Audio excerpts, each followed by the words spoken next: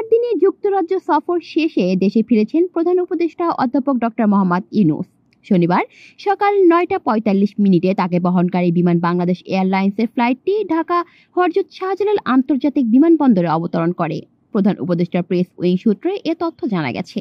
এর আগে শুক্রবার লন্ডনে স্থানীয় সময় সন্ধ্যা 7টা 15 মিনিটে হিথ্রো আন্তর্জাতিক বিমানবন্দর ত্যাগ করেন প্রধান উপদেষ্টা ও তার সফরসঙ্গীরা। সফরে প্রধান উপদেষ্টা যুক্তরাজ্যের হাউস অব কমন্সের স্পিকার ছাড়াও একাধিক গুরুত্বপূর্ণ ব্যক্তির সঙ্গে বৈঠকে মিলিত হন এবং বিভিন্ন কর্মসূচিতে অংশগ্রহণ করেন।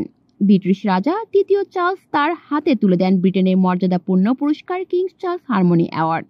বিএনপির ভারপ্রাপ্ত চেয়ারম্যান তারেক রহমানের সঙ্গেও গতকাল বৈঠক করেছে প্রধান উপদেষ্টা। বৈঠক শেষে এক যৌথ বিবৃতিতে বলা হয়েছে, অত্যন্ত সৌহার্দ্যপূর্ণ পরিবেশে বৈঠকটি অনুষ্ঠিত হয়েছে। দেশের রাজনৈতিক উত্তেজনা, নির্বাচনের সময় নিয়ে জটিলতা এবং সরকার ও অন্যান্য দলের সঙ্গে টানাপোড়েনের মধ্যেই হলো এই বৈঠক, যার ওপর গোটা দেশের মানুষের নজর ছিল। গত 9 জুন যুক্তরাজ্যের উদ্দেশ্যে ঢাকা ত্যাগ করেন ডক্টর মোহাম্মদ ইউনূস। কলি শিকদার, বাংলা নিউজ নেটওয়ার্ক।